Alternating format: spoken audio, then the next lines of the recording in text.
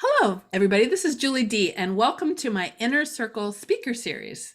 Our topic for today is how painting can help your toddler, and I am talking to Melinda. Hello, Melinda. And you're Hi, from Julie. So Artsy. We must get that out. So, before we talk about you, how can we help our toddlers? Well, not mine, but Yeah. We can help toddlers in so many different ways, but the one way we're going to discuss is through art. Art can help toddlers learn so many different aspects of different subjects before even attending preschool. Um, they can learn their sizes, their shapes. They can learn how to manipulate a paintbrush, which definitely assists them in manipulating a pencil or anything similar.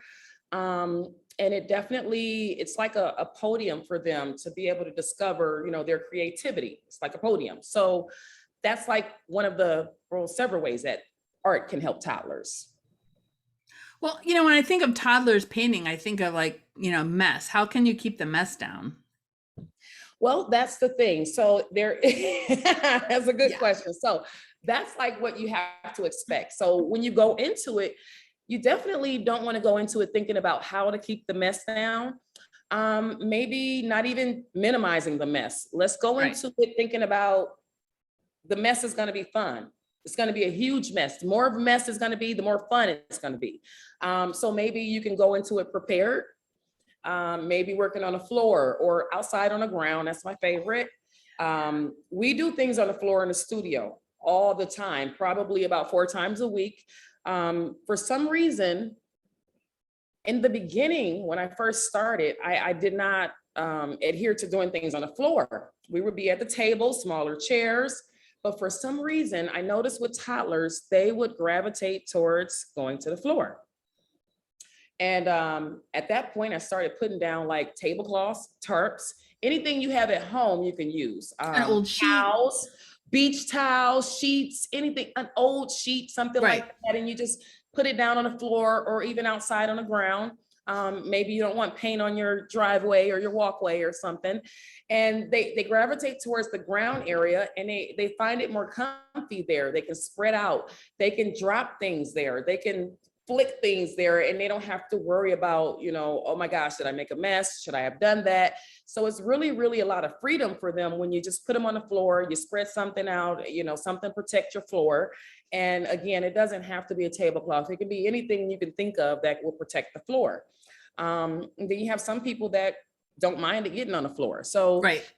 either way, the more mess, the more fun it would be. So I always tell people, don't think about how to minimize the mess. Just think about the protection. And then once you get started, just go with it. And it's going to be messy. Right. The other thing is your clothing.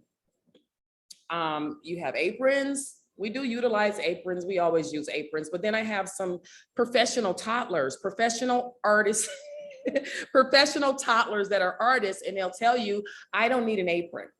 They're very well spoken. They'll say, I don't need an apron. I have on my old clothes today. And if I get anything on my old clothes, I'm fine. And some of them actually like it when it gets on their clothing because Right. they feel like it's, something creative. I designed a new outfit, but yeah, the clothing, that's the other thing. You just want to wear something old or, cover up with an apron, smock, anything like that, you can use.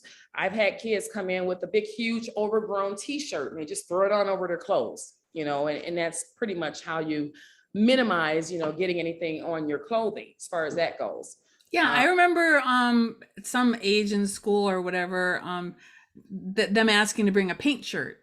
yes, Maybe like your dad's shirt and you wear it like button it up backwards. I mean, yes, there's just lots of things to do. yes. Or even like an old jacket, something that's thin, something you're not going to get too warm in, an old jacket, something like that. But yeah, you can just pretty much use things that you have at hand. You don't have to go out and buy anything. That's the main thing there.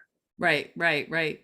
So, do you think there's benefits for kids to get started early in painting? Yes, definitely. Like as I said before, it helps with them learning like their sizes and their shapes, manipulating a brush. The biggest thing for me, and I mean it's like the biggest thing, gaining that sense of self confidence. Like, I mean, it happens for adults too, but for toddlers to be able to learn that at an early age is huge for me because, in the world that we're in today and social media, we can go into another subject with that, but people, they don't have the confidence or the self-esteem. And so when you have toddlers creating pieces that they actually created, something they're proud of, I'm just going to pull up an Yeah, example. show us, show and tell. I have a masterpiece here from one of our toddlers, and she stares at it a lot. She hasn't taken it home yet because she's not finished. Oh, She has more to add on here. So, this is a mushroom, and these here are pieces of grass and trees and shrubbery and things like that. And she's very proud of her piece. She showed it off to her parents. She had a couple of siblings that stopped by and she showed it off to them. So to see them be able to actually display their own pieces and be proud of it and show that sense of self-confidence, it's just really huge at that age. It's huge because they can carry it with them as they get older. and I know some parents who want to make sure their kids at a young age are involved in music and language, and I think this fits into the whole puzzle. Yes, it definitely does. It's all a part of the arts. I feel like they all conquer some of the same things. They're doing something different, but they all conquer some of the same points that we want to conquer, especially music, So I think music and arts, dancing too, they all go hand in hand. And I mean, obviously we're not like professors here or anything, but I think it's easy to make a correlation and say it's easier to learn things when you're younger than when you're older. Definitely easier. Like, their minds are so much more open. That's one piece, especially before the age of 4. I call that age before we're like corrupt with everything in the world, but after 4, you start to get corrupt. But right. It's very much so easier. They're much open. And I think that's probably the main reason why, because they're much more open to creativity and they have so much that they want to put out there, and they can do it with freedom when you're in an art studio, or if you create that space at home, they can do it with freedom.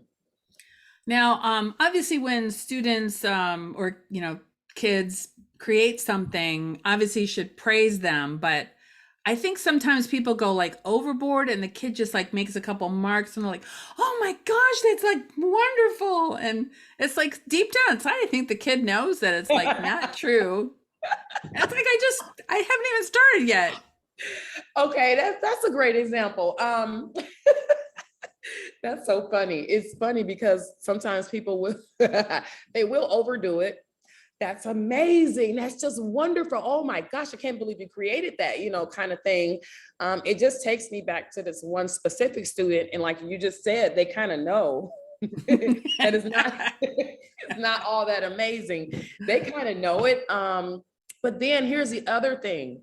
What else they recognize. So I'm going to pull up another masterpiece here. This one is a masterpiece as well as the other one was. They also, let me just say this. If they continue on that pathway of just creating arts and being creative, at least a few times a week, if not daily, they start to notice that they progress, that they're doing better, I have another art piece here. Mm-hmm. And this is from one of our little Picassos. She's doing so much better than she was 2 years ago. And like, she notices this stuff because they go home, they hang up her pieces on the wall. She has her own gallery, and she kind of takes notice at the stuff that she's done in the past. And then she'll walk over and she looks at the things that she's working on now or something she just completed. And she's like, oh my gosh, I'm doing so much better. Look at that. Look at this. I can do this. Whereas before she couldn't do a mushroom, and now she's able to do a mushroom that's curving over, like seriously, that's huge for them. It curves exactly. over, So I think that's like really huge for them, being able to notice that I'm doing better and I'm getting better at this. And so if you keep doing something in a repetitive way, then you're going to get better. And I think it's great to learn that at an early age, and then as opposed to learning it when you're an adult. For some people, they don't learn that until they become adults. Yeah, that's a good point, because a lot of times, you take down the old stuff and put up the new stuff. But if you have room to show the progress. Right. That is a habit. That's true.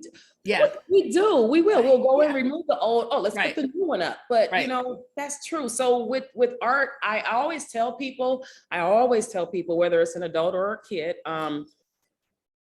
this is your first piece. You may not like it as much as I like it, or you know, you may not like it as much as your mom or your husband or wife likes it, but I'd like for you to hold on to it and pay attention to that first piece and look at your progress as you create pieces in the future, and go back and look at that and look how much you've progressed through it. And it gives you that sense of, wow, I can, if I do something and practice, I can get very well at it. So that's just something that I really, really like to tell people.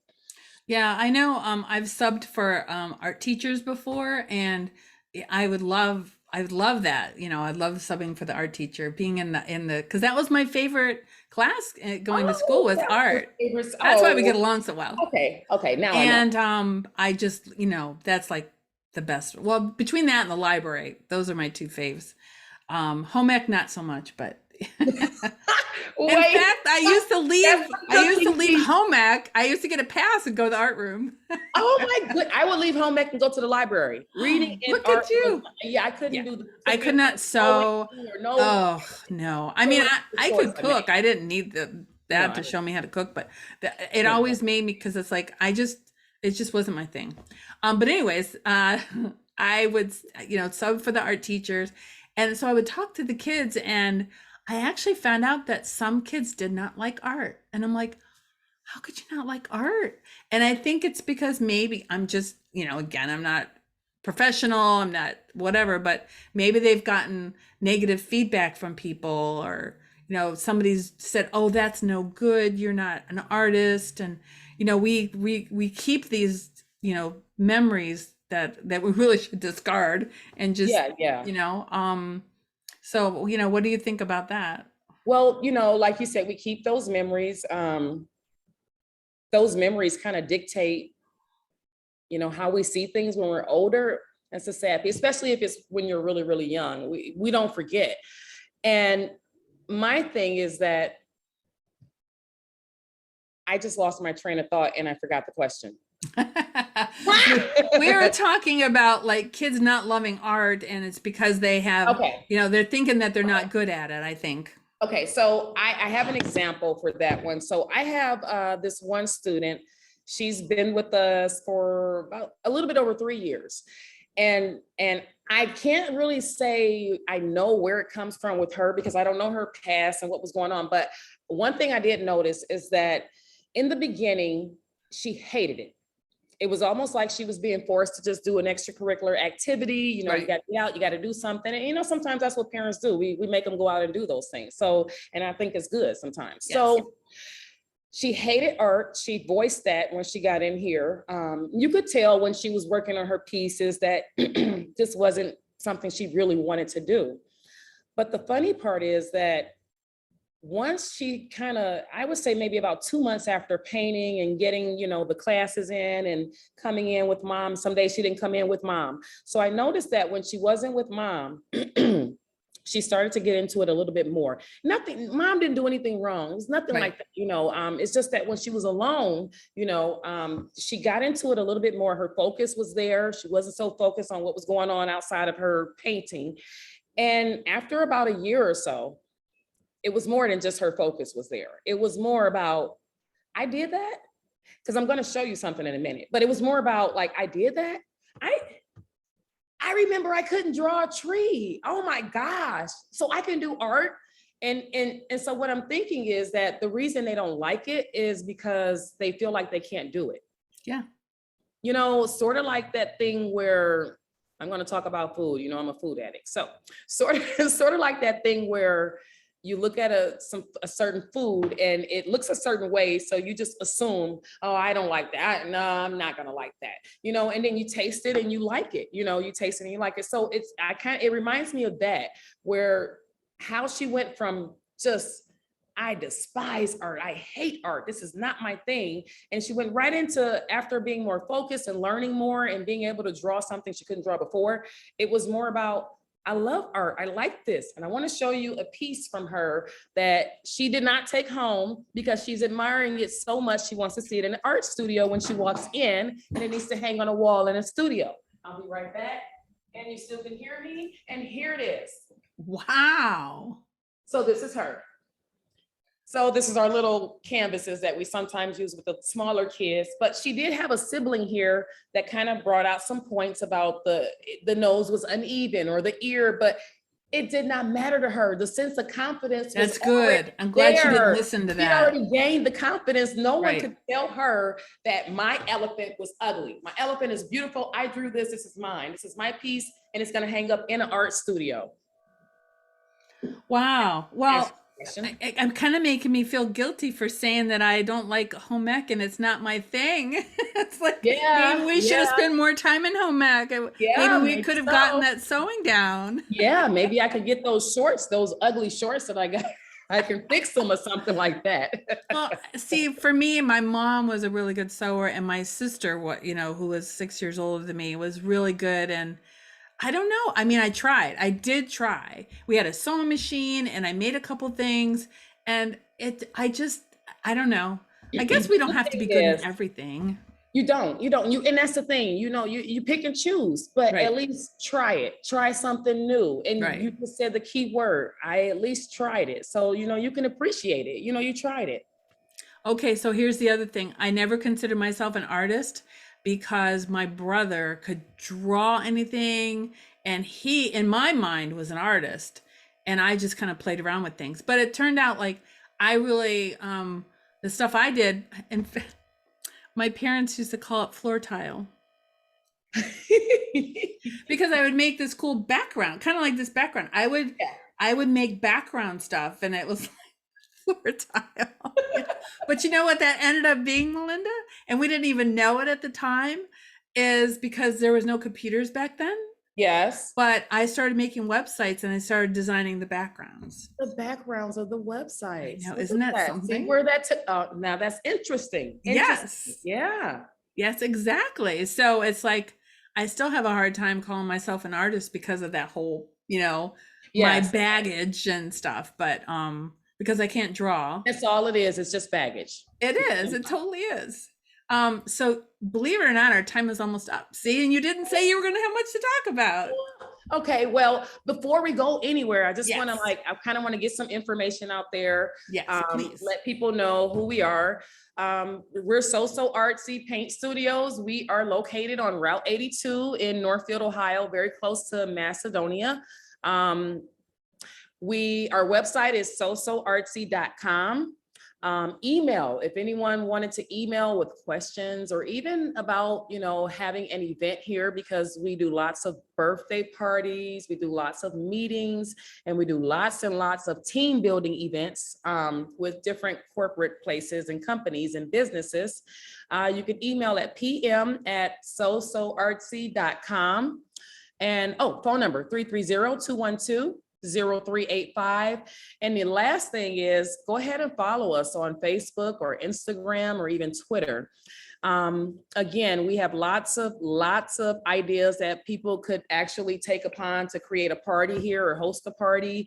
And we take in new ideas too. Just to give you one little example, I had someone call and they were going camping and they wanted to do some sort of bonfire and have a paint and sip around the fire for the weekend. And we jetted out there to the campsite and we camped out for the weekend and we had 2 paint and sip parties. So just to give people an example of anything you can think of. I'm actually going to a funeral home later on today because they're going to be doing some paint and sips there outside to welcome the community in. But yeah, if anyone has any questions, don't hesitate to reach out by phone, email, or even social media. You also can do a virtual party. They could be sitting in Seattle, Washington. Thank you for reminding me. Yes. I do. You said Washington. Seattle, Washington. I've done some Zoom paint parties with people in Washington, Maryland. Hey, that's another thing. So people, when they're out of town, when we do virtual parties, they either get the supplies from us. We'll ship them out to them, or I just send them over to Michael's or Hobby Lobby and they grab their stuff and we have a party online. So that's definitely something that we do. It's always fun. There are so many ways to create it, and maybe we'll talk about something like that on our next Yes. our next I, Zoom I think meeting. that's so cool that you can do it with anybody anywhere. I Yes, mean, people definitely. could even, like maybe families that can't even get together can paint together. That is exactly what's been done in the past. Families, and they're all in different. I had people in Texas and Atlanta and then Maryland, and they were all together for a common birthday, you know, to celebrate a birthday Right. online. They had drinks, they did a toast, they cheered. Oh, it was definitely fun, definitely. So you can still have fun online. People should know that you can have fun online. Yeah, because there's still, obviously travel restrictions are up and everything, but still some people that can't or won't travel. Yes, there are some people, and that's the thing. There are lots of people that cannot or they just won't travel. And so Right. this works for them. So if you are one of those people, then don't hesitate to reach out because this definitely works. Wonderful. Well, all the information that Melinda mentioned, her contact information will be down below in the description. Thank you. Thank you, Melinda. Bye, everybody. See you next time.